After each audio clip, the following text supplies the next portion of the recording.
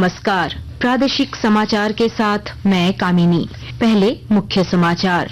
हजारीबाग के बरही में sponge iron plant के चिमनी में हुआ विस्फोट, 1 की मौत, 7 गंभीर रूप से घायल। झारखंड हाई कोर्ट ने भाजपा विधायक जयप्रकाश पटेल के दल बदल मामले में नेता प्रतिपक्ष अमर बाउरी को जारी किया नोटिस। 28 अगस्त को होगी अगली सुनवाई। पेरिस ओलंपिक के जेवलिन थ्रो में नीरज चोपड़ा ने फाइनल में किया क्वालिफाई। महिला पहलवान विनेश फोगाट भी पहुंची सेमीफाइनल में। और मौसम विभाग ने अगले 24 घंटे के दौरान गढ़वा, पलामू और पश्चिमी सिंहभूम सहित 14 जिलों में भारी बारिश की चेतावनी जारी की। और अब समाचार विस्तार से। हजारीबाग के बरही थाना क्षेत्र में रियाडा कंपनी के परिसर में संचालित स्पंज आयरन प्लांट के चिमनी में हुए ब्लास्ट में 1 मजदूर की मौत हो गई, वहीं 7 मजदूर गंभीर रूप से घायल हो गए हैं।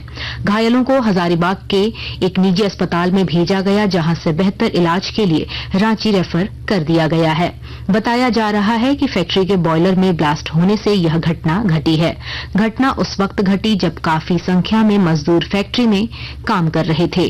कम से कम जो भी श्रमिक है उनकी जो है जान माल की क्षति ना हो, वो जल्दी स्वास्थ्य लाभ हो उनका, ऐसी व्यवस्था पर हम लोग काम करेंगे। इसके बाद जो है दुर्घटना हुई है, इसके कारण और निवारण और इस पर किस तरह से भविष्य में नहीं हो घटना, इस पर विचार।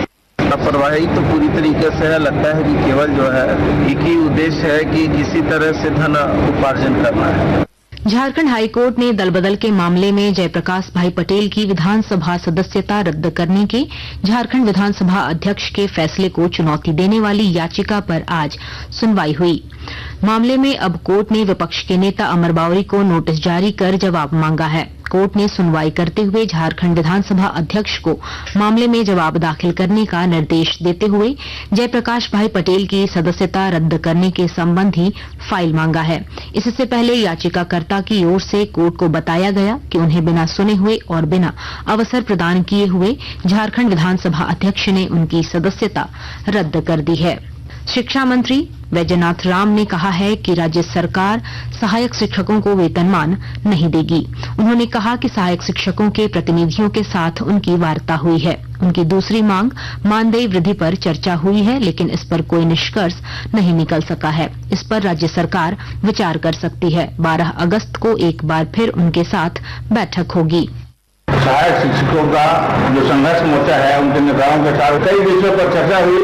हम लोगों ने विभागीय अधिकारी के साथ उनकी बातों को सुना है और जो कुछ संवैधानिक बाध्यताएं हैं उनकी चर्चा हम लोगों ने की।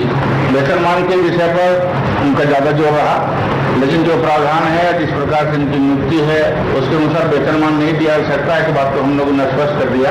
केंद्र सरकार ने कहा है कि साइबर अपराधों पर नकेल कसने के लिए देश भर में 1,92,00,000 सिम कार्ड ब्लॉक कर दिए गए हैं। राज्यसभा में प्रश्नकाल के दौरान पूरक प्रश्नों का उत्तर देते हुए वित्त राज्य मंत्री पंकज चौधरी ने कहा कि सरकार की साइबर धोखाधड़ी के खिलाफ कतई बर्दाश्त न करने की नीति है।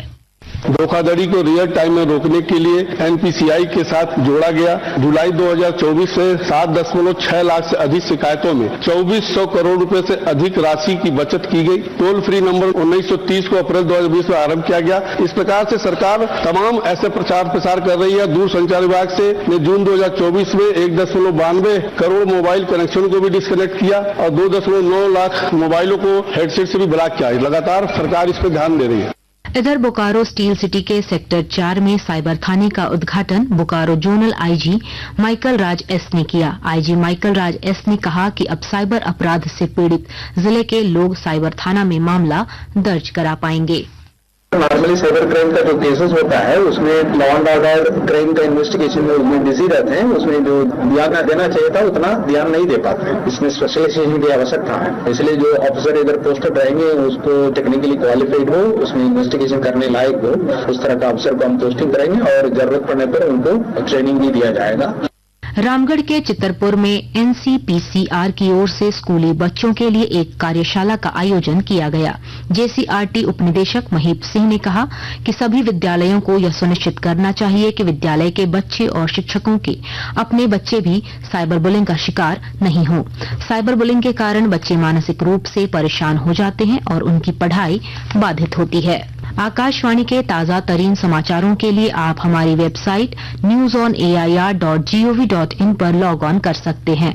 ताजा समाचार X handle @AIR news alerts और Facebook page All India Radio news पर भी उपलब्ध है। आप प्रादेशिक समाचार एकांश के X handle @AIR news _Ranchi और फेसबुक इंस्टाग्राम पेज तथा YouTube channel AIR news Ranchi पर भी हमारे बुलेटिन सुन सकते हैं। प्रादेशिक समाचार आप आकाशवाणी रांची से सुन रहे हैं। शेष समाचार इस विराम के बाद। देवघर में बसे हैं बाबा वैद्यनाथ, मन में आस्था, कांवड़ में गंगा साथ। वो पहाड़ों का विराट रूप, वो नदियों का बहना, ये झारखंड है प्रकृति का छिपा गहना। श्रावण माह के शुभागमन पर माननीय मुख्यमंत्री श्री हेमंत सोरेन का संदेश। जोहार, सावन आ चुका है, श्रावणी मेला भी प्रारंभ हो चुका है। झारखंड की इस देवभूमि पर, बाबा नगरी पर दुनिया भर के सभी श्रद्धालुओं का झारखंड स्वागत करता है। सभी कांवरियों को बेहतर से बेहतर सुविधा कैसे मिले, इसका पुख्ता इंतजाम बाबा नगरी पर हम लोगों ने किया हुआ है। भगवान भोलेनाथ से प्रार्थना करता हूं कि आप सभी का मनोकामना पूरा हो। धन्यवाद। जोहार, जय भोलेनाथ। बाबा वैद्यनाथ धाम में सभी भक्तों का स्वागत है। कांवड़ यात्रियों के लिए खास विश्राम गृह की व्यवस्था और भक्तों के लिए विशेष शिविर बनाए गए हैं। सूचना एवं जनसंपर्क विभाग झारखंड सरकार द्वारा जनहित में जारी। प्रादेशिक समाचार में आपका फिर स्वागत है। रांची पुलिस ने कांके थाना अंतर्गत चांदनी चौक पर हुई फायरिंग की घटना में शामिल एक अपराध कर्मी को गिरफ्तार कर लिया है। रांची के वरीय पुलिस अधीक्षक चंदन कुमार सिन्हा ने बताया कि गोलीकांड का खुलासा हो गया है।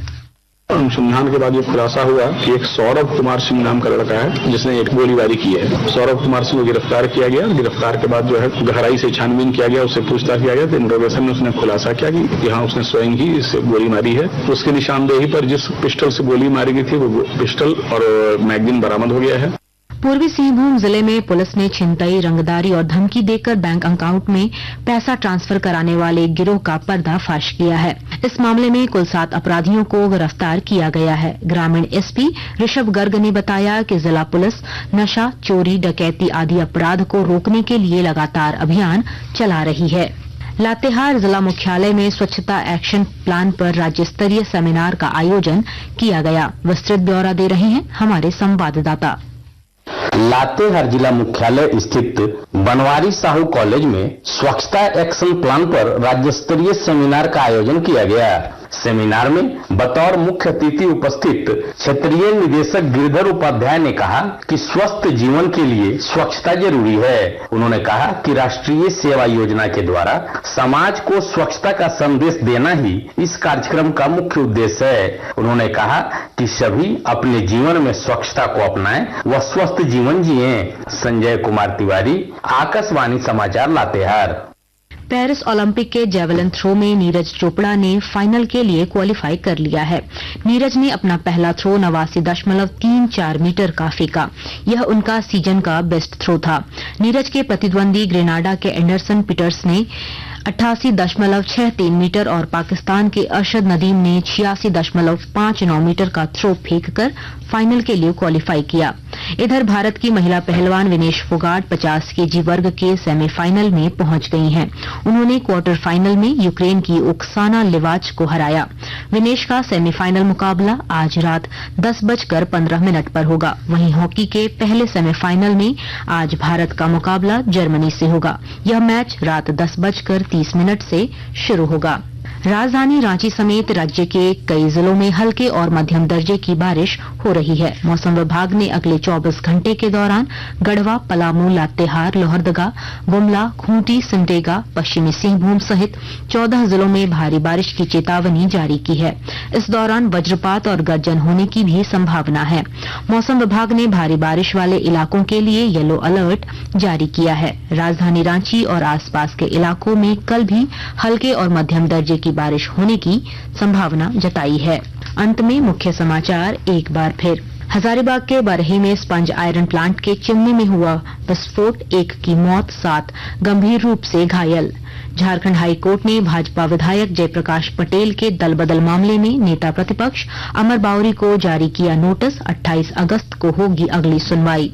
पेरिस ओलंपिक के जेवलिन थ्रो में नीरज चोपड़ा ने फाइनल में किया क्वालिफाई। महिला पहलवान विनेश फोगाट भी पहुंची सेमीफाइनल में। और मौसम विभाग ने अगले 24 घंटे के दौरान गढ़वा, पलामू और पश्चिमी सिंहभूम सहित 14 जिलों में भारी बारिश की चेतावनी जारी की।